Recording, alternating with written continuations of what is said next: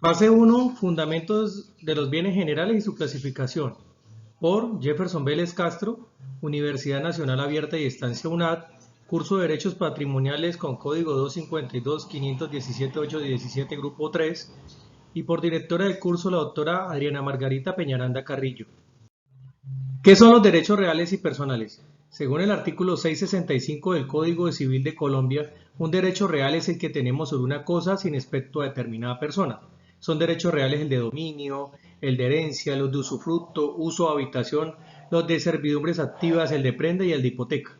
De estos derechos nacen las acciones reales.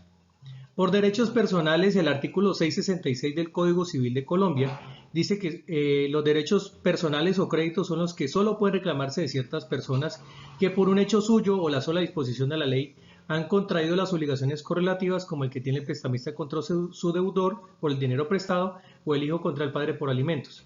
Y de estos derechos nacen las acciones personales. Por tanto, los derechos reales atribuyen señorío o poder inmediato a su titular sobre las cosas y denotan una relación persona-cosa que, bajo la perspectiva de Marcel Planion, decía que era deuda-persona.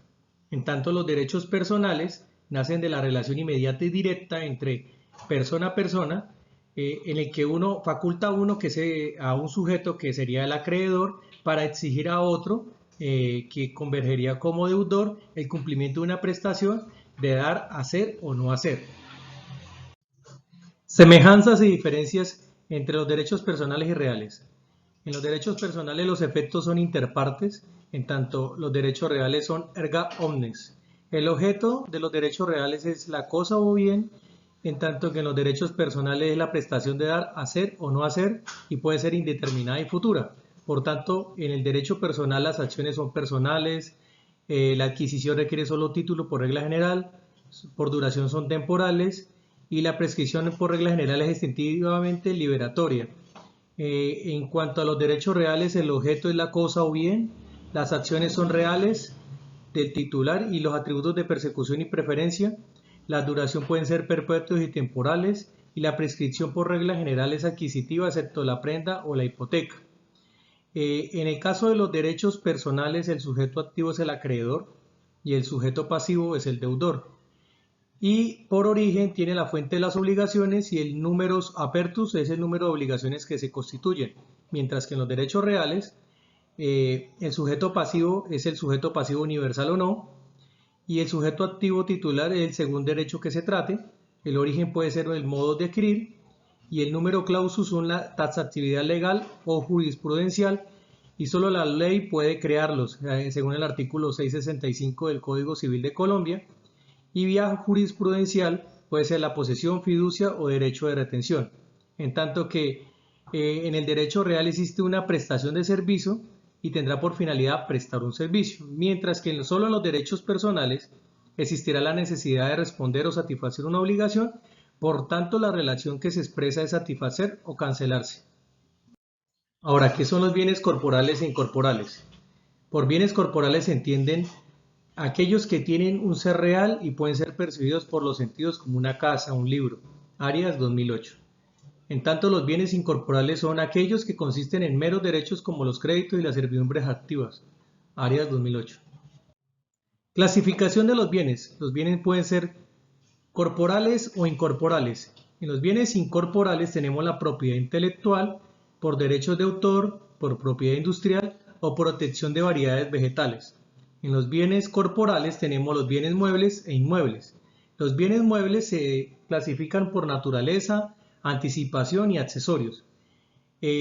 Los bienes muebles, según el artículo 655 del Código Civil de Colombia, se definen como aquellos que pueden transportarse de un lugar a otro, sean moviéndose ellos a sí mismos, como los animales, por eso se denominan semovientes, o sea por lo que se muevan por una fuerza externa.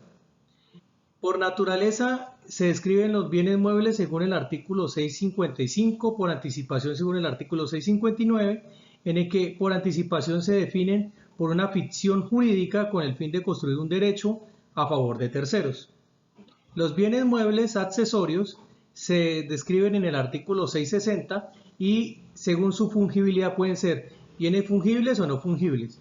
En este caso, según Eneserus, los bienes fungibles son las cosas muebles que en el comercio suelen determinarse según su número, medida, peso y que por regla general es sustituible. En tanto, los bienes no fungibles son aquellos que tienen unas características especiales y que los hace totalmente diferente a los demás. Los bienes inmuebles, por el contrario, se definen como las fincas o bienes raíces y son las cosas que no pueden transportarse de un lugar a otro, como las tierras, minas y lo que se adhieren permanentemente a ellas, como los edificios y árboles, y está contemplado en el artículo 656 del Código Civil de Colombia. Estos bienes inmuebles se clasifican por naturaleza, adherencia y accesorios. Por naturaleza, según el artículo 656, se clasifican por minas y agua, fincas o tierras o bienes raíces, en el que se habla del suelo, subsuelo y el espacio aéreo. Por adherencia, está contemplado en el artículo 657 y 661 del Código Civil de Colombia y dice que por una ficción jurídica, por estar adheridos a comparación física a un inmueble. En el caso de los bienes inmuebles accesorios, según el artículo 658, se habla de que tiene una destinación permanente para uso, cultivo o beneficio de un inmueble.